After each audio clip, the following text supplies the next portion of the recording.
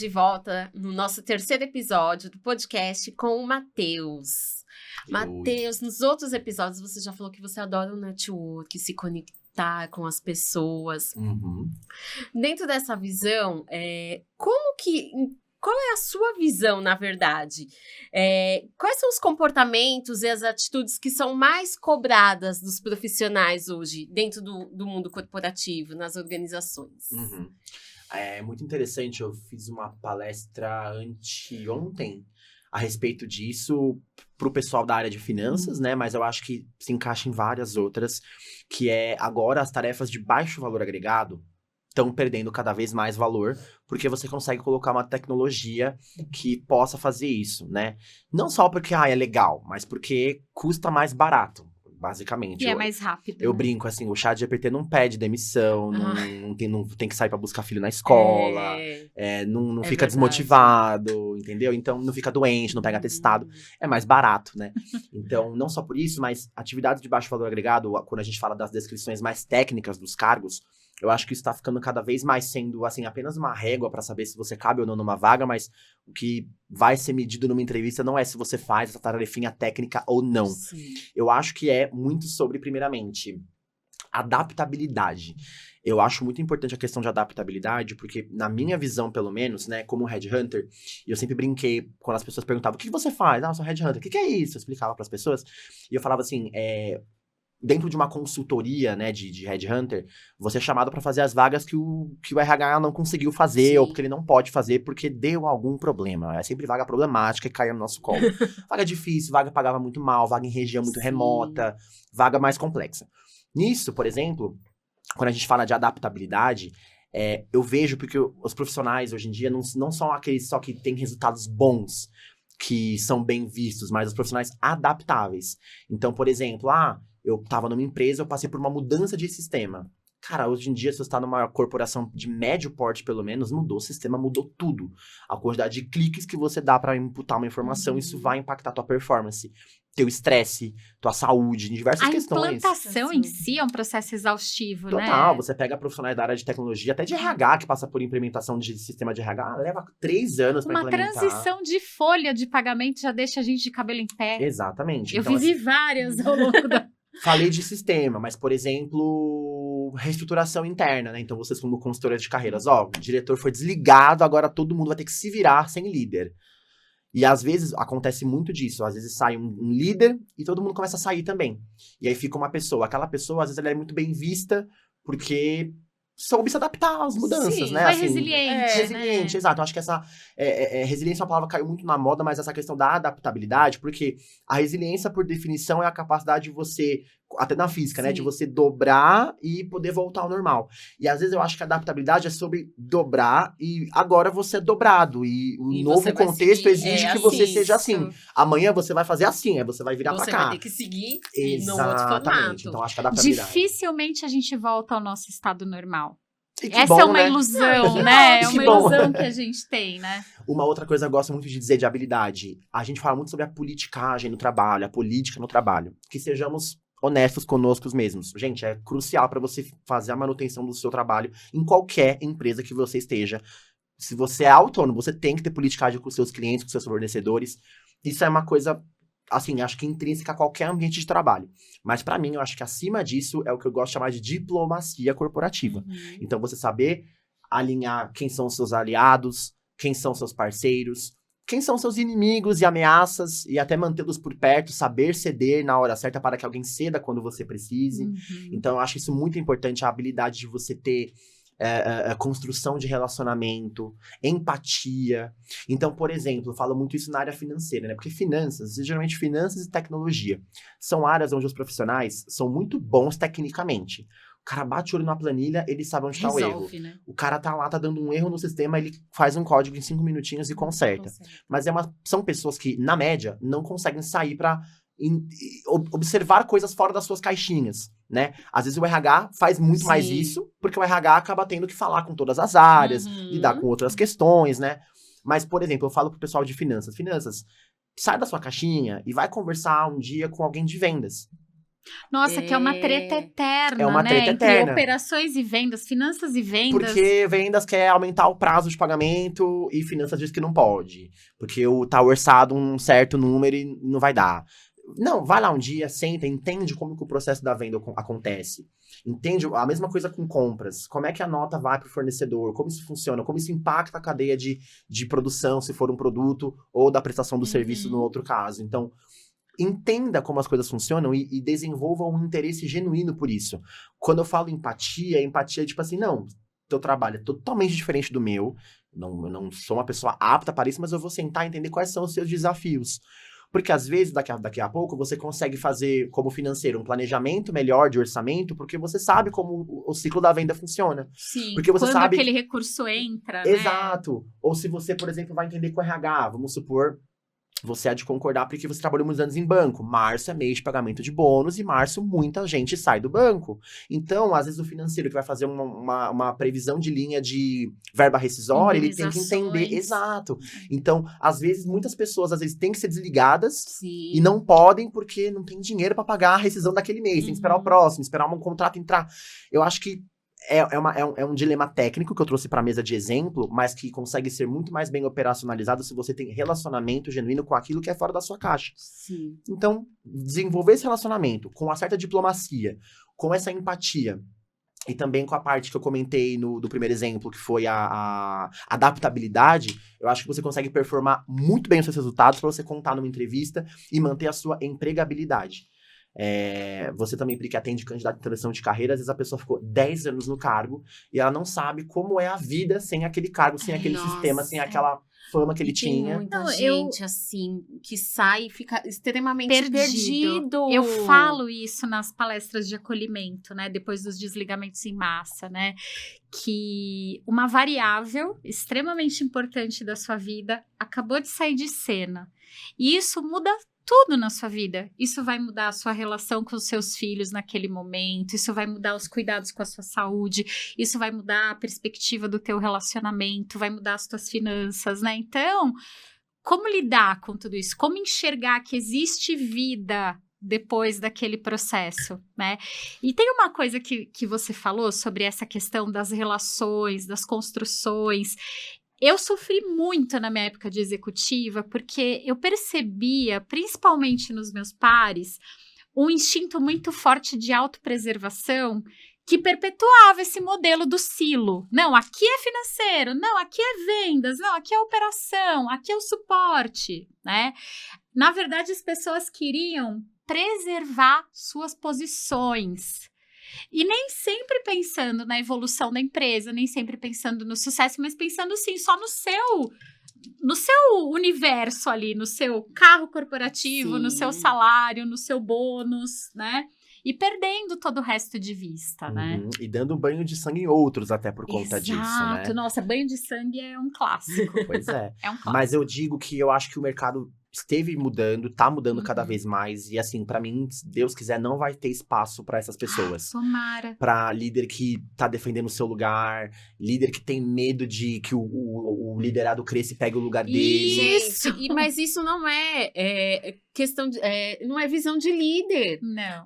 Né? Não. Porque assim, o líder, que é um bom líder, ele forma outros líderes. Exato. Porque ele quer ir pra frente também, né? Exato, mas é isso. Acho que o Brasil, o mundo, gerou ótimos chefes, mas não gerou bons líderes. Então, assim, as pessoas eu não acho sabem que... o conceito de Exato. Se você tem uma carreira, às vezes, de 20 anos, eu tenho uma carreira muito menor do que isso, mas eu acho que bons líderes você conta nos dedos de uma mão. Exato. Que marcaram a sua história ali. Exatamente. Mas eu vejo isso, assim, e eu adoro ver empresas, quando eu olho, assim, uma pessoa que entrou, às vezes, na cadeira do marketing e hoje é RH.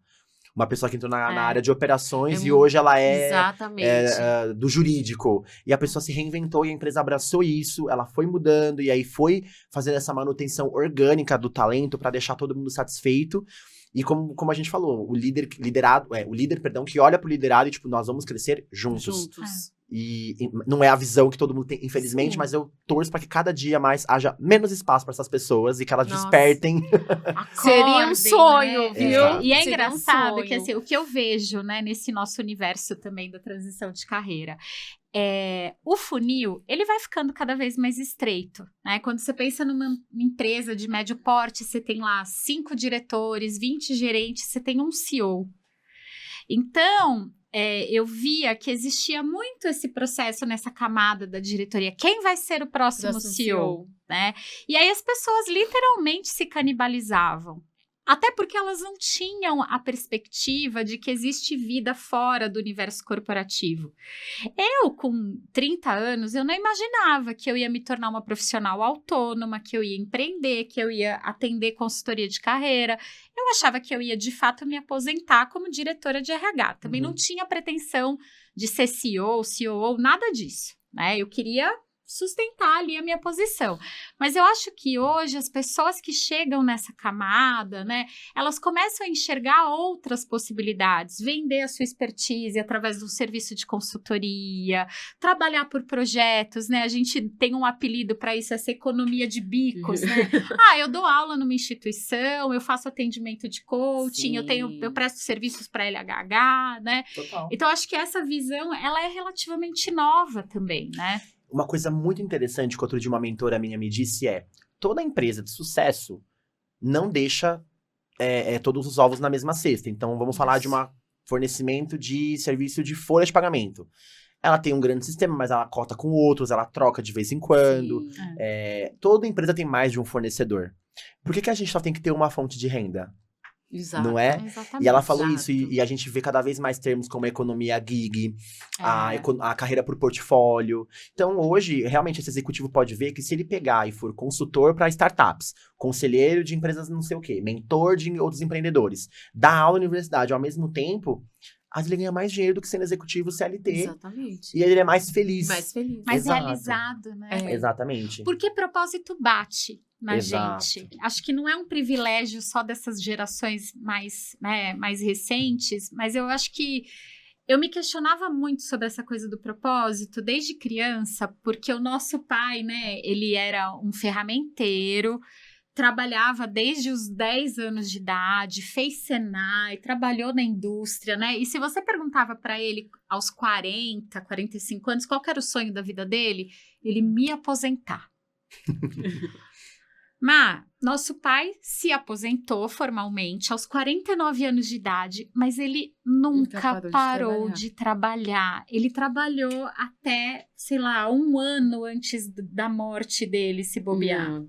Um pouquinho mais, vai. Que aí foi até quando ele entrou numa depressão, assim, num declínio de saúde, de disposição, olha sabe? De emoções, né? Então, assim, caramba, seu sonho era se aposentar, ficar de pijama assistindo TV, né? Levar o cachorro pra passear, sei lá o quê. Ele nunca conseguiu parar de trabalhar. Né? Pois então, eu acho que essa coisa bate total. Na gente. Até outro dia eu tava conversando com uma consultora também de carreira e a gente falou aquela ideia da aposentadoria, tipo, 2 velhinhos na praça jogando milho pro pombo, acabou. A gente nem fala mais desse não, a gente fala do pós-carreira. Pós-carreira, E o pessoal hoje aposentando formalmente, né, na carteira, mas fazendo várias outras coisas. Mas a gente teve o nosso convidado, o Eduardo Pazin, que ele falou a respeito disso. Verdade. Ele falou assim, eu não me vejo parado. Ele falou assim, pode ser que a aposentadoria venha, porque vai vir uma hora, mas ele falou assim, me vejo continuando, dando continuidade. Ele falou uma coisa muito legal, ele falou assim, se tiver prazer e propósito, não me importa a idade. Exatamente. Perfeito. Não me importa a idade. Muito bem colocado. Achei isso. E ele deu um muito exemplo legal. do sogro dele, que aos 80 anos está abrindo um novo negócio. Olha só. Maravilha, perfeito. Pensando que há tempos atrás as pessoas nem tinham expectativa de vida que chegava aos 80, né? Não tinha. Antigamente, né, a nossa vida profissional era meio que uma sentença, né? Aquilo que você escolheu em algum momento da sua vida fazer é o que você vai fazer até se aposentar. Né? E hoje é muito diferente. Total. E recentemente você fez uma postagem no LinkedIn que eu amei, né? Dando as boas-vindas aí à geração beta, Sim. né? O que você acha que vai ser o grande desafio dessa geração que está chegando agora num contexto, né, total de inteligência artificial, dessa crise de autenticidade das coisas, das informações, da fake news? Como é que você enxerga a chegada dessa geração? Total. Então, a partir de 2025, né, a gente demarca esse início da geração beta. Então, a gente tem a geração Z, que foi de 96 até 2010. Alfas, de 2010 até 2024. E a partir de 25, geração beta. E é muito interessante, porque é uma geração que vai começar a nascer agora. É a geração que na maioria das vezes, é filha de millennial ou de geração Z também. Você tem millennial aqui de 95 me ouvindo, vocês vão fazer 30 anos agora, a gente vai estar tendo filho já e tudo mais. Você vê que hoje tem muita gente que fala, né, tipo, tenho 28 anos, tenho medo de engravidar na adolescência. Nossa, a adolescência vai até os 40. Exato. Gente. Ai, que ótimo, você é uma adolescente. Você tá adolescente ainda. Então tem todas essas vertentes. A geração beta, acho que pontos de preocupação que a gente tem. Se hoje nos alfas a gente já tem uma baita preocupação com tempo de tela, eu acho que lá pros betas vai ser mais ainda. Muito maior. Até coisas, assim, realmente de coordenação motora, porque talvez ela não vai mais pegar o lápis e pintar no papel, ela vai pintar tocando, né? Não, escrever, né? Escrever. Eu acho que não existe. Eu tenho amigos de geração Z, de 25 anos, assim, que falam, a minha letra é horrorosa porque eu quase não escrevo. Eu só escrevo quando tenho que assinar algum documento, porque eu só escrevo teclando, né, em teclado, eu não escrevo manualmente. Eu dei aula em escola de idioma, escrevi em lousa, eu escrevo muito em papel pra aprender, então pra mim manteve, mas eu vejo que às vezes eu sou uma exceção nesse sentido, sabe? Não, eu ainda tenho agenda de papel. Eu também. Vintage, é vintage hoje em dia. Super, meu dia tá anotado lá, Total. todos os dias na minha mesa. Então, assim, esse tempo de tela que pode gerar talvez uma questão de dependência tecnológica, porque realmente... Hoje a gente tá vendo, por exemplo, quando eu fiz faculdade, quando eu fiz vestibular, não havia inteligência artificial, né? 2025, agora em janeiro, saiu o resultado do Enem e foi a menor média histórica de redações nota 1000, por exemplo. Então, a qualidade do pensamento crítico, da escrita ativa tá diminuindo. Eu acho que vai ser um desafio que vai se perpetuar também. A parte também desse convívio com várias inteligências artificiais em tudo, porque às vezes a própria vai ter um aplicativo da escola que ela vai poder conversar com um robozinho pra saber, você tá devendo tal e tal e tal tarefa, você vai ter tal e tal e tal coisa pra entregar, e tudo isso acontecendo ao mesmo tempo. Eu acho também que é muito importante falar de propósito nesse mundo tremendamente acelerado. Então, assim, acho que hoje, em 2025, a gente tá falando muito, assim, a gente tá vivendo guerra, né? Agora, acho que a guerra entre Hamas e Israel assinou agora um cessar-fogo, que a gente nem sabe quanto tempo vai durar, tomara que dure bastante e nunca mais volte, mas, assim, Rússia e Ucrânia, e sem contar diversas guerras e crises humanitárias de fome no mundo que a gente não tá nem vendo acontecer, que a gente fica numa bolha. E assim, como é que vai estar o mundo lá? A temperatura do mundo subindo, tudo isso parece besteira, mas vai impactar na vida dessas pessoas, dessas crianças, né? Mas ao mesmo tempo que vão ter, assim, acho que um acesso muito a uma educação mais positiva, a uma educação mais aberta, né? Muito, como a gente até falou, né? Essas pessoas, às vezes, são filhos de geração Z, vão poder ser o que quiser, vão poder ter apoio, vão ter novas carreiras, novos trabalhos, novas áreas, essas pessoas vão poder prosperar em tudo isso, sabe? Então, eu acho que a principal palavra que a gente vai ter que falar quando a gente falar de geração beta vai ser sobre um hibridismo, da gente manipular positivamente esse digital, esse artificial, ao mesmo tempo trazendo a relevância necessária para o natural e para o intrínseco dessa criança. Eu vejo hoje, por exemplo, muita criança que é alfa, né, filho de millennial, de geração Z, que às vezes a mãe vai prezar para que não tenha exposição à tela, para que não coma salgadinho com aditivo, com corante. Não tome refrigerante. Total. O meu tem 7 anos, ele não tomou refrigerante até hoje. Exato. Deixei experimentar, quase se afogou com o gás e falou, não gosto, não quero. Às vezes, antigamente, dava na mamadeira pra criança tomar Coca-Cola. É verdade. Uma coisa muito... Eu tava ontem com uma colega minha, que ela é body piercer, ela faz piercing. E ela tem uma filha e ela falou, eu só vou furar a orelha da minha filha quando ela quiser. Olha, Quando ela que tiver legal. autonomia, falar, eu quero furar a minha orelha. Olha que massa. E hoje, tipo assim, é normal furar a orelha de bebê. De bebê, não, na nossa época Na já nossa era. época. Já era, né? Saía da Exato. maternidade, Já já passava na furava. farmácia. E essa amiga traz essa visão, assim, gente, uma mutilação. Você não sabe se a criança quer passar por aquilo, Exatamente. não é? Olha. Então, assim, parece uma coisa detalhe, maluco. ínfimo, mas querendo ou não, faz sentido, Se né? você parar pra analisar, faz todo sentido. Exato, eu acho que esse hibridismo vai ser a palavra-chave para essa geração que vai começar a vir agora. Bem-vinda, boa sorte. Mas eu acho que isso é uma opinião muito particular, muito pessoal, né? Eu acho que as telas e a exposição a elas, ela é muito produto da nossa falta de assumir a responsabilidade por ter tempo com aquela criança, Exato. né? Assim, que mãe hoje, e eu me coloco nesse lugar também, né? Por mais que eu tenha esse perfil contra telas, né? Que mãe que vai querer o seu sofá todo sujo de tinta, né? As paredes Com da massinha casa, grudada, slimes. com slime, né? Sendo que você pode ter ali 3, 4 horas de paz com seu filho preso no YouTube da vida, né? Então, eu questiono muito isso. Domingo passado eu fui jantar fora com um amigo e chegou um casal com 2 crianças pequenininhas de 2 anos e acho que a bateria de um dos celulares acabou.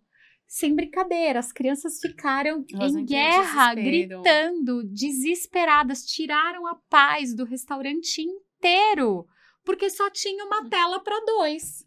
Porque o celular da mãe estava com um, o celular do pai acabou a bateria e aí eles entraram numa guerra, num conflito. Ninguém parava de chorar. O casal foi embora sem comer, porque ficou Que você ali não consegue, né? desesperado. Isso se o celular for dos pais mesmo. Porque hoje Eu em dia achei você vê isso- crianças de 2, 3 anos com seus Próprios próprios celulares, né? celulares. Achei isso tão... Mas eles eram pequenininhos, tinham 2 anos, estavam em carrinho é. ainda, né, de bebê. Que eu acho que volta na questão do tudo é rápido, né? Tudo é muito líquido. Porque entre tentar acalmar a criança, dá um vídeo na mão dela que ela para de chorar. Para na hora, entendeu? né? Nosso tempo Mais é da fácil, chupeta, né? É, A gente hoje imagina O que esse celular celular virou a chupeta. Uhum. E hoje, assim, dá a tela. Exato. Até uma coisa que a gente brinca, assim, hoje em dia, né? Que hoje a educação positiva, né? Ah, filho, você quer tomar banho com o patinho ou com o ursinho? A minha mãe me olhava feio, filho, eu tava dentro do chuveiro já, entendeu? Mas era essa questão que... Minha mãe era com Gera- chinelo na mão. Então, chinelo, na pano mão. de prato. E a gente fala que chinelo de mãe faz curva, né? Se você vira no Faz, corredor, ela Faz, joga ele e faz te curva. acha. Ele Ele te te acha. acha. Hoje em dia, não, bater na criança não pode, tudo. Eu acho assim, a humanidade é acompanhada de transformações e as coisas mudam. Sim. E é isso, acho que cada contexto vai dizer o que faz sentido. Sim. Fico contente quando eu vejo gerações dando para os filhos aquilo de bom que faltou Pra e não elas, repetindo né? de ruim aquilo que teve pra mudar o cenário, pessoas quebrando as correntes, sabe? Não, porque meu avô foi assim, meu pai foi assim. Não, eu não vou ser assim também. Exato. Isso é uma coisa que me anima muito. Eu vejo É. muita gente preocupada com isso, sabe? Eu acho muito bacana. Uma coisa que eu gosto e que eu procuro praticar nessa questão da educação positiva é preparar o Fabinho para fazer escolhas, né? Então, às vezes, eu era criticada, mas você vai deixar ele escolher o que ele quer vestir? Você vai deixar ele escolher o que vocês querem comer? Eu acho muito importante ele se tornar um homem, né? Se tornar um adulto que sabe escolher. Porque eu tinha um pavor absoluto de perder minha mãe, principalmente, porque eu nunca fui preparada para escolher. A minha mãe escolhia tudo para mim, escolhia Sim. o que eu ia comer, escolhia o que eu ia vestir, escolhia a escola que eu tinha que frequentar, escolhia... Quando a gente foi trocar o Fabinho de escola, né, que ele saiu da educação infantil e entrou no fundamental, a gente levou ele para visitar todas as escolas. Ele foi comigo, foi com o pai, ele se encantou, coincidentemente, pela mesma escola que a gente, mas ele se sentiu parte ali daquela Sim. escolha e ele é Nossa, extremamente feliz lá, né? Então, eu gosto muito disso. Eu acho que o problema é que muitas vezes a gente confunde a educação positiva com a educação permissiva. Meu filho precisa saber que é errado você agredir uma pessoa verbalmente, fisicamente. Ele precisa saber que é errado Sim. ter acesso a algumas coisas, né, na idade dele. Mas ele precisa aprender a escolher. Uhum. Precisa aprender a escolher e aprender que cada escolha tem uma consequência, né? Para ele e para quem tá perto dele. Exatamente. Total, maravilha. Muito legal, gostei dessa decisão dele escolher a escola, achei isso fantástico. Não, foi muito legal, de verdade. Eu acho que nesse ponto, assim, eu e o pai dele, a gente tem uma parceria incrível, sabe? De visão, de participação do Fabinho, né? Então, eu gosto muito disso, de formar um serzinho que saiba escolher. Total, maravilha. Muito bom. E aí, dona Paty? Gente, O que vem por aí? olha, agora a gente vai falar sobre futuro. Então, se você quer saber sobre futuro, continue ligadinho com a gente, que no próximo episódio tem mais.